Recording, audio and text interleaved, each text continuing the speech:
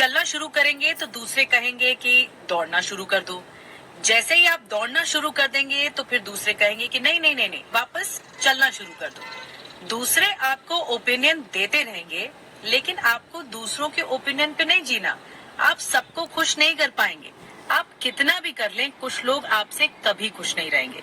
मैं एक कहानी आपको सुनाती हूँ, आपको बहुत मजा आएगा और फिर आप देखिएगा कि इस कहानी से आपको क्या सीख मिलती है।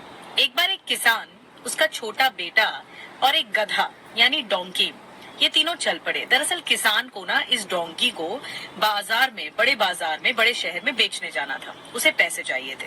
तो अब डोंकी अच्छा हट्टा कट्टा था और हिम्मती था, बोझा मतलब ढो सकता था। तो चल पड़े। थोड़ी दूर पर गए तो उनको नेबर मिले और कहा कि अरे तुम्हें शर्म नहीं आती, ये तुम गधे को बेचने जा रहे हो और तीनों मिलकर बेचने जा रहे हो।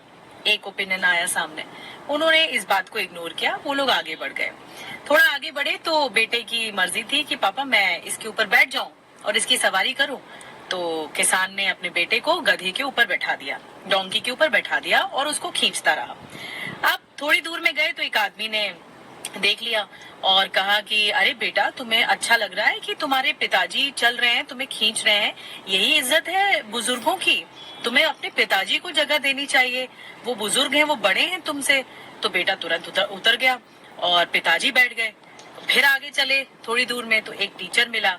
तो टीचर की तरफ से कहा गया, पिताजी की ओर से कहा गया कि पिताजी को कहा गया कि अरे आपका बेटा, छोटा बेटा ऐसे खींच रहा है, आपको शर्म नहीं आ रही, बल्कि आपको बेटे को जगह देनी चाहिए।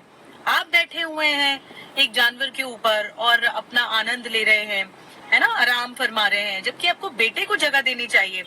तो इतने फिर पिताजी को बड़ी शर्म आई, उन्होंने अपने बेटे को भी साथ में बैठा लिया गधे के ऊपर। अब गधे के ऊपर पिताजी भी हैं और उनका बेटा भी है और गधा चल रहा है।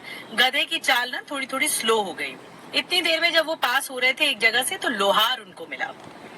लोहार ने कहा कि अरे तुम गधे की हालत देख रहे हो, इतना बोझा उस पे ढो दिया है, क्या तुम गधे को उठा नहीं सकते हो? इतने तुम हट्टे कट्टे हो, उसके किसान को कहा, इतने हट्टे कट्टे हो, तुम गधे को उठा नहीं सकते हो?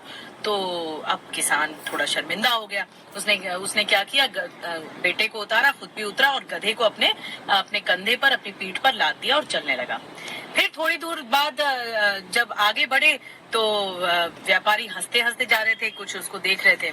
लेकिन इतनी दूर में अब गधे की हालत बहुत खराब हो गई थी, क्योंकि वो धो नहीं पा रहा था, स्लो हो गया था। तो जैसे ही वो पहुंचे, अब बड़े बाजार में पहुंच गए, जिस व्यापारी को बेचना था ना गधा, उसके पास पहुंच गए वो लोग। अब व्यापारी हंसने लगा, बोला कि मैं नहीं ले रहा इस गधे को, ये तो इतना स्लो है, ये तो चल ही नहीं पा रहा ठीक से, तो ये सामान क्या ढोएगा, मैं नहीं ले रहा। अब दोनों पिता पुत्र ना बड़े डिसहार्टेंड हो गए, बड़े निराश हो गए, वापस जाना पड़ा। गधे को लेकर भी, उस बीमार गधे को भी लेकर वापस जाना पड़ा। इस कहानी से ना हमें क्या सीख मिलती है? इस कहानी से हमें ये सीखने मिलती है कि हमें ना दूसरों के ओपिनियन पे नहीं जीना है, या उनके ओपिनियन को आजमा कर अपनी शांति को भंग नहीं करना है। आप सबको प्लीज नहीं कर पाएंगे, आप सबको खुश नहीं कर पाएंगे, इसलिए अपनी शांति के लिए ना, अपनी कामनेस के लिए अपनी सोच के आधार पर बनिए। और ये विजडम भी है, ये इंटेलिजेंस भी है, ये आपको समझदारी देता है कि आप पीस चुनेंगे। दूसरों के अप्रूवल और वैलिडेशन का कोई महत्व नहीं है, क्योंकि आप जो करना चाहते हैं आप करेंगे। ओपिनियन देने वाले, डिस्ट्रैक्ट करने वाले आपको हजार